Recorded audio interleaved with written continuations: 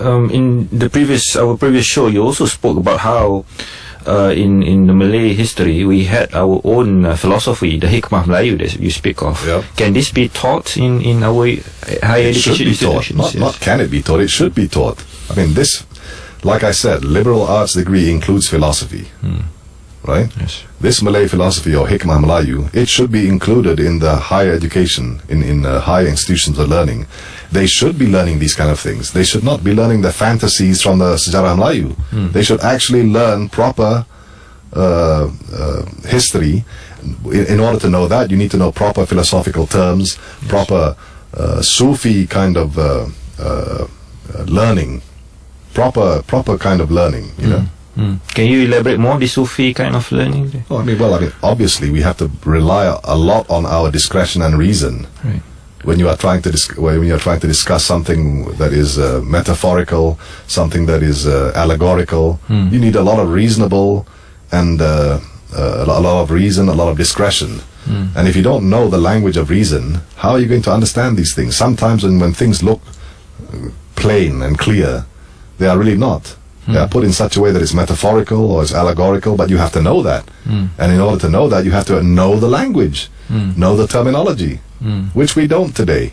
Datuk, perhaps you could, we're interested, because I think many urban Muslims today are not familiar with this whole Sufi tradition. What kind of wisdom can it offer to modern Muslims today with regards to our in this 21st century, in a very technological age? What kind of insights and solutions perhaps it can offer with regards to our Like I future, said, I mean, Sufi language and Sufi terminology is philosophical. And it requires, because of that, it requires a certain kind of reasonable mind to understand this, which means you have to know the language, you also have to know logic, you have to know reason, you have to know all these kinds of things. Now, don't tell me that in training your mind for this, for reasonable things, that it won't be beneficial to other things as well. I mean, once you understand logic, once you understand reason, once you understand soundness and validity, once you understand how to construct premises in order for your argument to be both sound and valid, you can apply it to anything. Yes. This is the thing. Some people think, philosophy, what can that do? Yes. But they don't seem to understand. It's not philosophy in the sense vis-a-vis what Aristotle, Plato, Socrates, these kind of people, that we study them, or the Western works of Immanuel Kant, Sigmund Freud, what's his name? I can't remember some of the people, but these kind of Descartes. Right. It's not about them specifically. It's about what they talked about. How did they formulate a certain kind of reason in order to understand the problem that they were facing? Now, in our case, we can't even formulate reason because we are not taught. Like I said, if we are taught the Malay language in school according to the rules of the language, which includes logic, if we are not taught the grammar, the syntax, the what do you call it? The logic of the language. If we are not taught that, how are we supposed to construct a logic for our minds? Because language and thought are reflexive.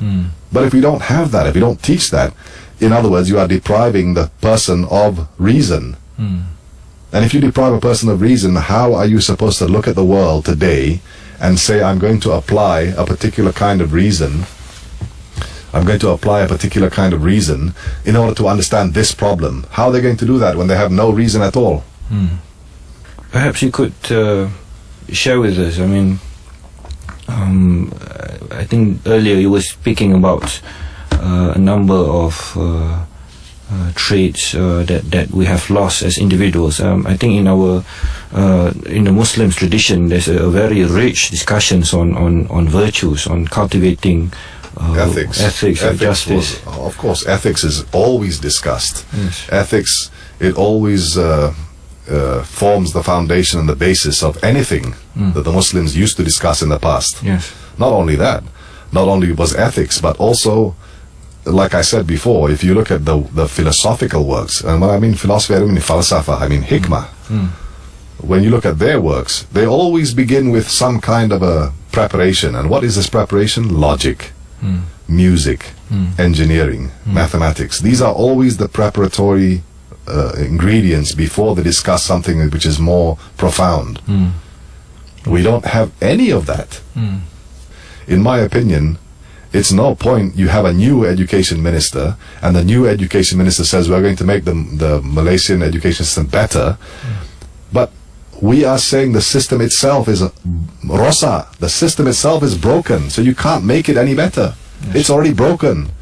You need to change the system completely, overhaul it completely. We know how to do it. We have the answer. We've been talking about this for a long time, not just today, not just on the radio for the past few months, but for the past 20 years we've been talking about this. But politicians, being politicians, sometimes for the politician, ignorance is a good thing. Right. If you are knowledgeable or if you're educated, it's dangerous. Right. Dangerous for whom? For them. Because why? Because politics and politicians have now considered politics to be a career. It's a career path for them. Why is it a career path? What happened to the service?